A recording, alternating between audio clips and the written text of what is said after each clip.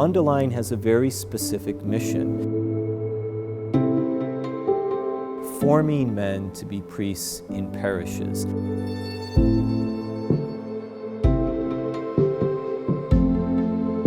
Not just of teaching, not just for giving a skill set, this wonderful term called formation, where you put it all together. At Mundelein, we do a really good job, particularly of learning pastoral skills and having that experience of being in parishes and getting to know people in that way. Part of the greatest joys and some of the greatest sorrows and tragedies of their lives. But to be in that place is really a privileged place. It's necessary for the priest to be able to draw upon the knowledge that he's acquired and to see what that looks like in everyday life, and then to speak to it, in order to help people, lead to the healing and the joy and the grace of Christ. All that he has to do, though, is be creative and be flexible and be a collaborator.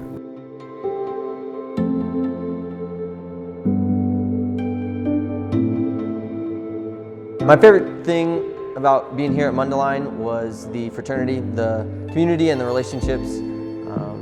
To walk, side by side with these men that are striving for the same goal, going through the same things as me, and are able to support me was a beautiful thing and something I carry with me even today as a priest.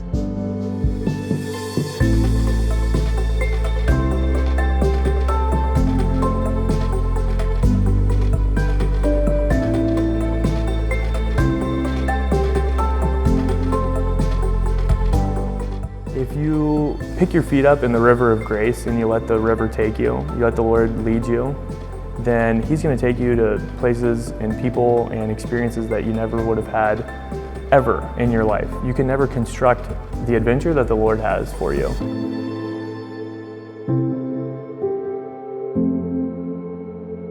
When we say we are Mundelein, that we includes you. We can only do this with your collaboration.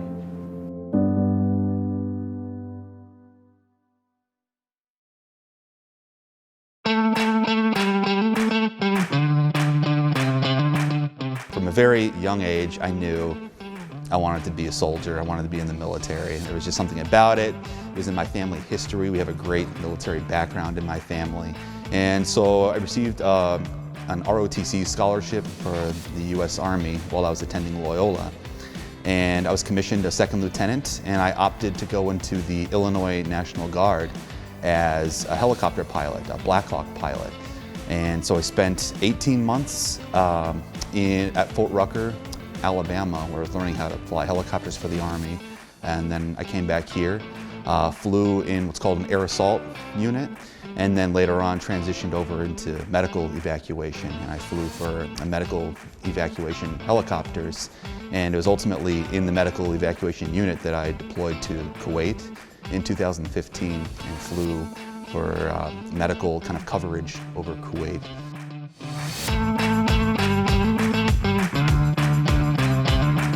One of the things naturally that one might do when you're flying helicopters and doing other things is, I want to learn how to skydive. And so I did. I went down to Panama City Beach and I started learning how to skydive.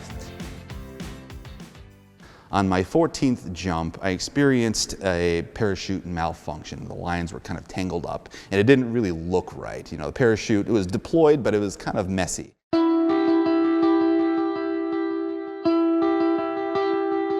I kind of had the thought to myself, like, well, should I cut away? Like, no, I think I still have control of it. So I just, at 3,000 feet, everything looks like ants. So, you know what, let's just kind of keep going with this.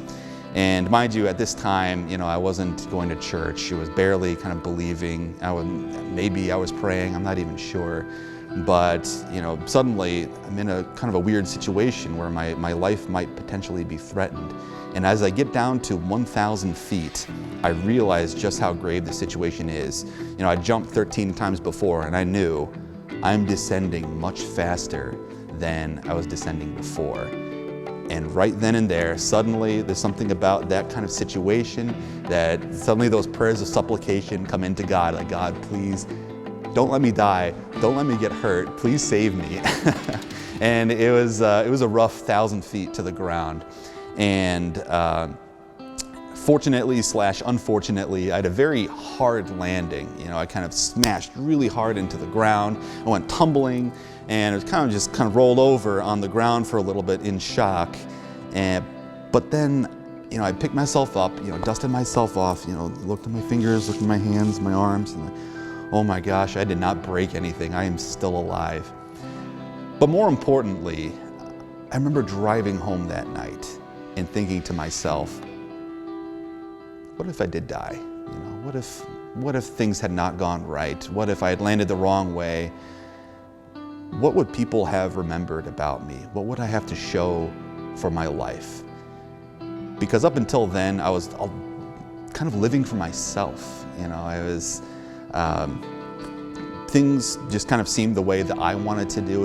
I did things because it was from my will and my pleasure. But I had that moment, that kind of intersectional moment between the divine and myself on the drive home. Like, what if I would have died? And it's not even so much that I would have died, but like, what would I have lived for? And I had that realization that living for myself, that was not who I wanted to be. I did not want to be, you know, the captain of my own boat, you know, because I know me and I know my own limitedness, my own fallenness. Like, no, there's got to be something greater, something higher that I need to order myself towards. You know, living for myself is not fruitful. And I had that realization, that small realization on the drive home. And then that was kind of that point to where I kind of came back to the faith. You know, I was on this downward trajectory, and that kind of bounced me back a little bit back towards belief in God and seeking out God, and what ultimately accumulated in coming to the church.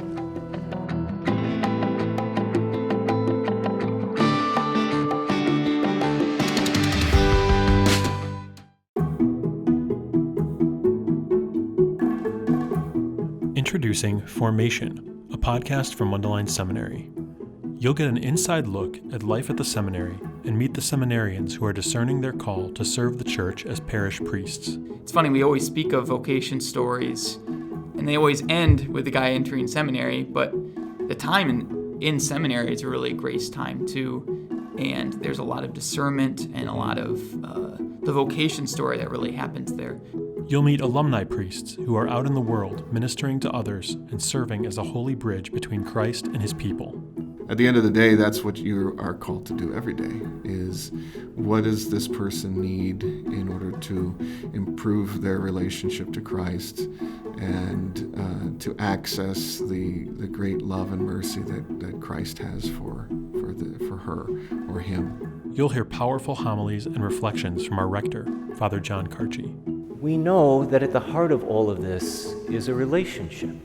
And the only way you gain confidence in a relationship is by sticking to it and by taking baby steps deeper and deeper into it and feeling free enough to voice confusion or anger when it's there, as well as gratitude and joy when it's there. Subscribe today wherever you get your podcasts. Together with you in Christ, we are Mundelein. We form parish priests.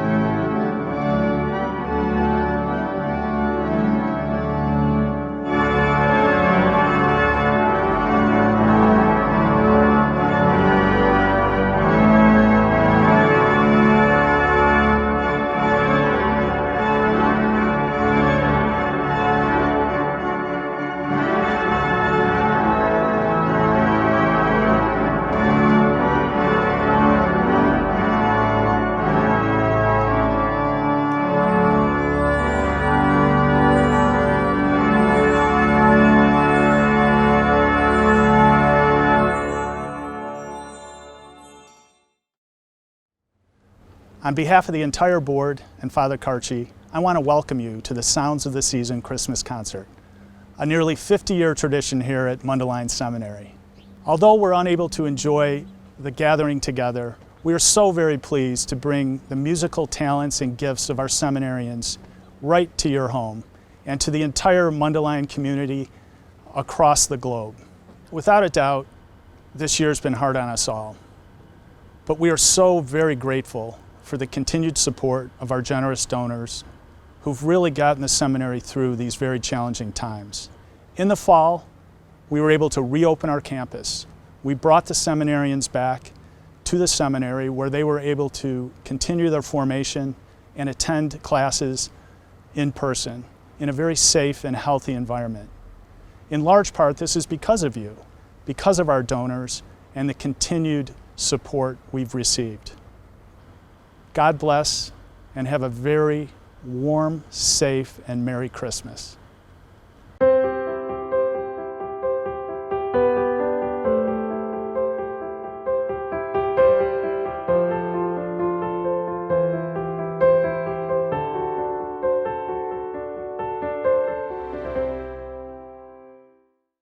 Hi, I'm Father John Carci, rector here at Mundelein Seminary.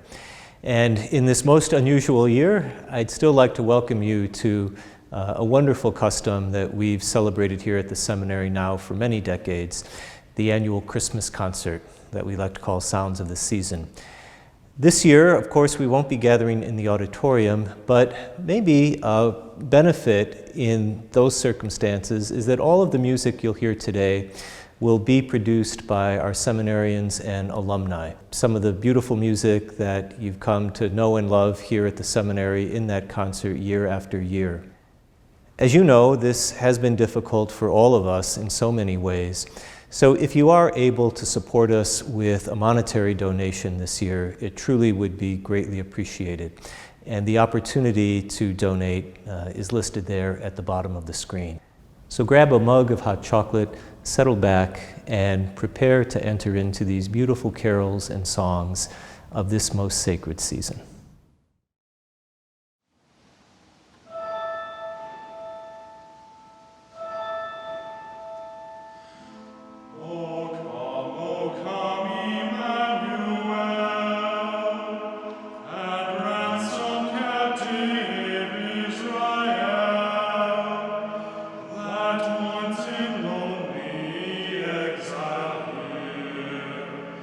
Until the Son of God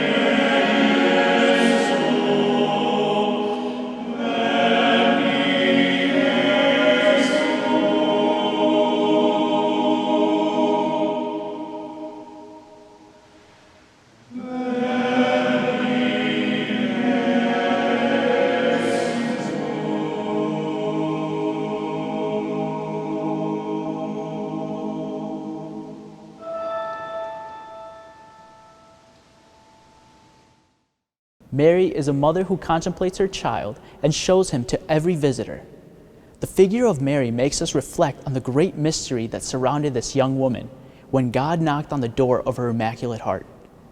Mary responded in complete obedience to the message of the angel who asked her to become the Mother of God. Her words, "Behold, I am the handmaid of the Lord. Let it be done unto me according to thy word," show all of us how to abandon ourselves in faith to God's will. By her fiat, Mary became the mother of God's Son, not losing, but thanks to him, consecrating her virginity. In her, we see the Mother of God who does not keep her Son only to herself, but invites everyone to obey his word and to put it into practice.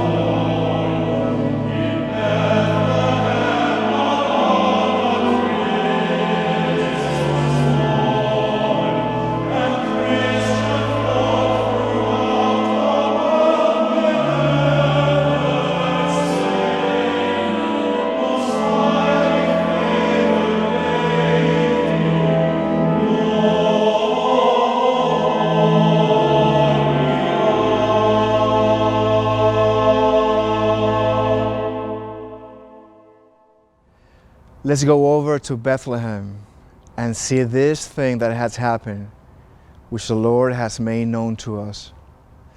So the shepherds tell one another after the proclamation of the angels. A beautiful lesson emerges from these simple words.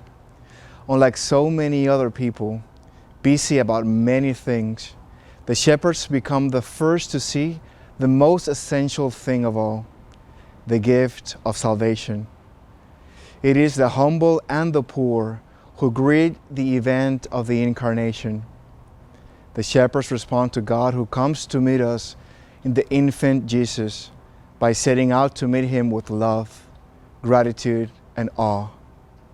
Thanks to Jesus, this encounter between God and his children gives birth to our religion and accounts for its unique beauty, so wonderfully evident in the nativity scenes. It's a real privilege for me to be able to introduce this next segment of our seminary Christmas concert. This segment, which will feature 2 alumni, is dedicated to the memory of Father Willard J. Bush, a priest of the Archdiocese of Chicago, who, like so many before him and so many after him, labored in this local vineyard to the people of God. In campus ministry, in its parishes, but most especially for us here at Mundelein Seminary, Father Willard J. Bush was one of us. He served on the faculty of Mundelein Seminary as a professor of homiletics and inspired generations of priests to, as he said, set the pulpit on fire. But not only did Father J. Bush dive into homiletics, he was also a prolific composer, composing songs like The King of Glory and Whatsoever You Do that countless parishes really around the globe sing in praise and thanksgiving to God. It's a pleasure for us to be able to carry on the legacy of Father J. Bush in this alumni segment. It's a pleasure for me as the Director of Worship to be featured this year, along with my colleague, Father David Mowry from the Diocese of Joliet, who, in many ways, fills Father J. Bush's shoes as an instructor of homiletics now. We hope you enjoy this next segment.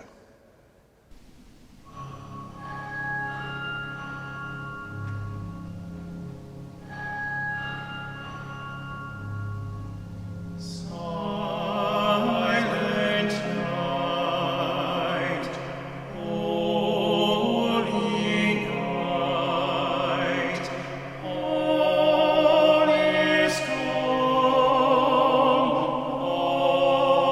is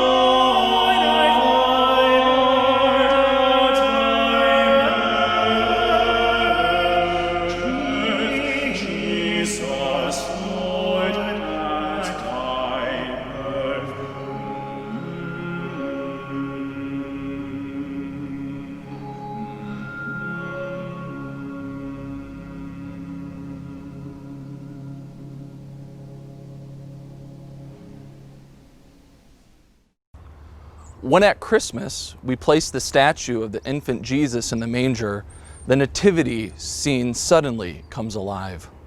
God appears as a child for us to take into our arms. Beneath weakness and frailty, he conceals his power that creates and transforms all things. It seems impossible, yet it is true.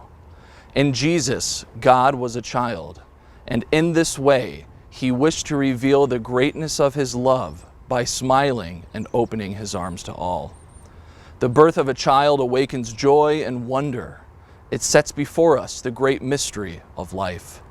Seeing the bright eyes of a young couple gazing at their newborn child, we can understand the feelings of Mary and Joseph who, as they looked at the infant Jesus, sensed God's presence in their lives.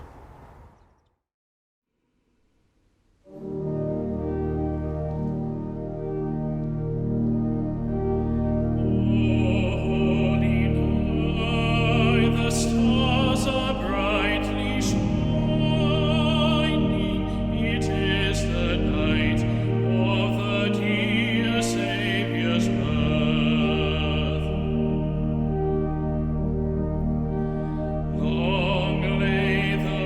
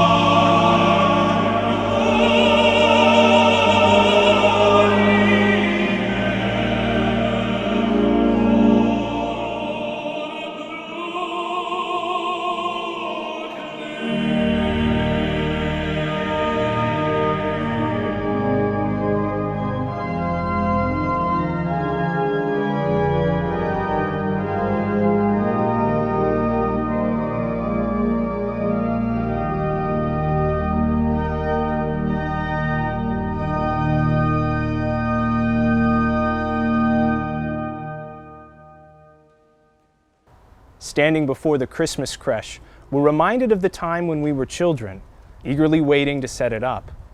These memories make us all the more conscious of the precious gift received from those who passed on the faith to us. At the same time, they remind us of our duty to share this same experience with our children and our grandchildren. It doesn't matter how the nativity scene is arranged. It can always be the same, or it can change from year to year. What matters is that it speaks to our lives. Wherever it is, in whatever form it takes, the Christmas creche speaks to us of the love of God, the God who became a child in order to make us know how close He is to every man, woman, and child, regardless of their condition.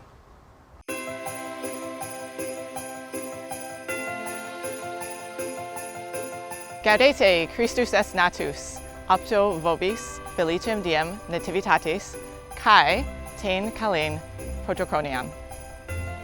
Das selige Lächeln des Gotteskindes in der Krippe, Jesus Christus, unser Erlöser, überwindet und verklärt all unsere Sorgen, Ängste und Leid. Wir, die Professoren und Seminaristen von Mundelein Seminary, wünschen Ihnen, unseren Freunden und Wohltätern, von Herzen eine gnadenreiche Weihnacht und ein gesegnetes und gesundes neues Jahr 2021.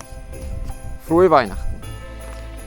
Drodzy bracia i siostry, drodzy przyjaciele, z okazji zbliżających się świąt Bożego Narodzenia i Nowego Roku chciałbym złożyć Wam serdeczne życzenia, aby nowonarodzone dziecię przyczyniało się do rozwoju miłości w Waszych rodzinach, aby panował w nich pokój i zgoda i równocześnie, aby nigdy nie zabrakło chleba na Państwa stole i miłości wokół tego stołu.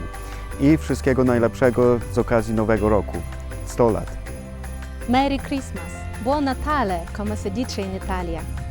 Con l'arrivo del Natale dobbiamo scambiare infiniti saluti con tutti quelli che conosciamo, o amici intimi, o gente conoscenti. Soprattutto questo anno, essendo separati dalle nostre famiglie, vorrei dirvi che siamo sempre vicini a loro, perché il Signore è sempre vicino a noi. Per questa santissima festa ci ricordiamo che Lui entra di nuovo nel nostro mondo. Abbiamo bisogno della sua pace e armonia. Lui, per la sua parte, cammina con noi per darne personalmente questi regali. Franjušci Marija, braćo i sestre, želim vam blagoslovljen i sretan Božić i sretna Nova godina. Amanya gange nze Deacon Peter Walusimbi okuva mu ssaza lya Kinda Mityana, Uganda. Ndi wano okubaagaliza amazaalibwa ga Mukama waffe Yesu Kristo ag'essanyu n'eddembe. Ye atuzaaliddwa Kristo, tumusanyukiremu. 圣诞快乐和新年快乐。 De parte de nuestra comunidad aquí de Mundelein, le queremos desear un muy feliz año nuevo y una muy feliz Navidad. Los tenemos en nuestras oraciones y les pedimos que ustedes también estén rezando por nosotros. Felicidades. Mừng ngày lễ Chúa Giáng sinh ra đời, con xin thay mặt tất cả các cha và các thầy ở Đại Trung viện Mundelein chúc quý cụ ông bà và anh chị em một mùa Giáng sinh được an lành, vui vẻ và tràn đầy hồng ân của Thiên Chúa và Mẹ Maria. Merry Christmas. From our Mundelein family to yours, Merry Christmas and Happy New Year. God became man so that we might become like God. As crazy as 2020 has been, and no matter what 2021 has in store for us, let us always keep our eyes on our heavenly homeland. For all of us here at Mundelein, thank you so much for your prayers and support. We are praying for you. Merry Christmas. The mission of Christ the Redeemer is to reveal to us the glorious and providential face of His Heavenly Father. Christ says to us, "Seek first the kingdom of heaven, and all the rest will be added unto you." During my time in seminary, this passage has been particularly challenging for me. The Lord asking to seek first Him and not worry about the other things, because they will be added unto us who seek first His kingdom. This happens for all of us here. We experience the great providential love of the Father in many and varied ways, and often through your own wonderful beneficence and care for us, your prayers, and your help. When I think of this, I look at pretty much everything I have has somehow been a gift to me from people in the diocese or people like you. My books, even my time here is available because of your generosity. You're like Joanna and Susanna in Luke's Gospel, who out of their own resources provided for the Lord and the disciples. And so today, early here in Advent, I'd like to ask you two favors to continue to support us in your generosity. One, keep praying for us. We need all the prayers we can get. So I would like to ask you to say a rosary for the seminarians here at Mundelein. And two, as you've always been so generous to us, would like to ask you to continue to help us out financially in this time so that we can continue to be conformed to Jesus Christ, the great high priest. Because it's through your financial help that we're able to take 6 years, 7 years, just to fall in love with Jesus, to learn the teachings of the faith and the traditions of our church. May God, our Heavenly Father, repay you for your generosity to us, and may Our Lady continue to intercede for you and pray for you, even as you do for us. Thank you, and God bless you, and a blessed Advent to each one of you.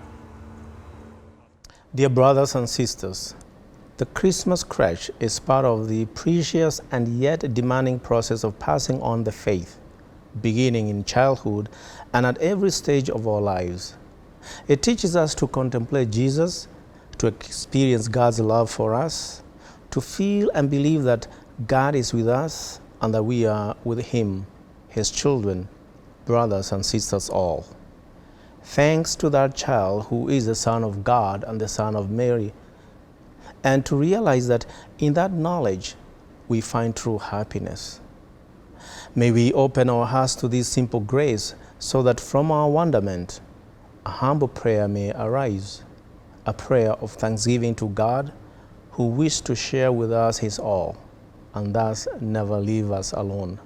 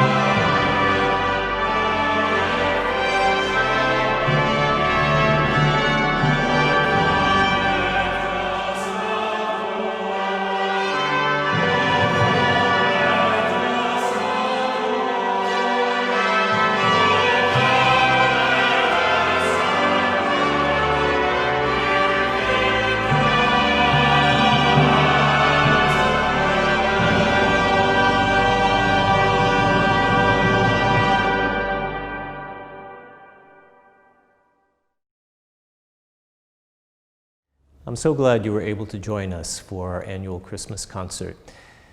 As you've heard some of those songs and carols, my hope is that your own heart has been able to prepare itself to enter more prayerfully into this Advent season as we all get ready to celebrate the coming of the Lord. Your prayers and support throughout the year mean so much to us. And once again, I would just ask, if you are able to support us with a gift in any amount, it would truly be appreciated. And you can see the link to give there at the bottom of the screen. Be assured that you remain in our prayers, and please keep us in yours. Have a safe and blessed Advent season. God bless you.